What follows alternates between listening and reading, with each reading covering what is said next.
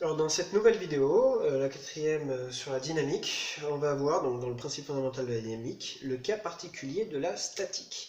Alors lorsqu'on est en condition de statique, le principe fondamental de la dynamique s'écrit principe fondamental de la statique. Alors qu'est-ce que signifie un solide lorsqu'il est en condition de statique? Ça signifie qu'il est en équilibre. Alors un solide est en équilibre lorsqu'il n'a aucun mouvement, d'accord? Aucun mouvement. Donc premier cas de figure possible. Le second cas de figure, pour qu'un solide soit à l'équilibre, c'est-à-dire en condition de statique, il faut que s'il est en mouvement, que ce soit un mouvement de translation rectiligne uniforme, donc un MTRU. L'exemple typique, c'est qu'on est dans une voiture avec une vitesse constante et en ligne droite. À partir du moment où on fait varier la vitesse, donc on va sentir qu'on va bouger sur le siège. Si on accélère, on est plaqué contre le siège. Si on décélère, on freine, on va vers l'avant. Et si on prend un virage, on va vers l'extérieur du virage. Donc on ne sera pas dans les conditions de statique. Par contre, lorsque la voiture est en ligne droite sur un sol parfait à vitesse constante, à ce moment-là, c'est exactement pareil que si la voiture était arrêtée en termes d'action mécanique qui vont s'exercer sur le passager ou le conducteur.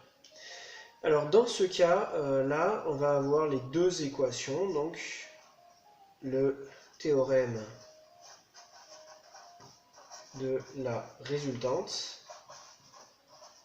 donc c'est la première équation, et il dit que la somme vectorielle des forces, alors dans le cas du PFD, c'était la masse fois l'accélération au centre de gravité. Ben là, on va, étant donné qu'on a une accélération qui est nulle, on va considérer que la somme vectorielle des forces extérieures, c'est égal à vecteur nul. Un rappel, hein, on fait des sommes.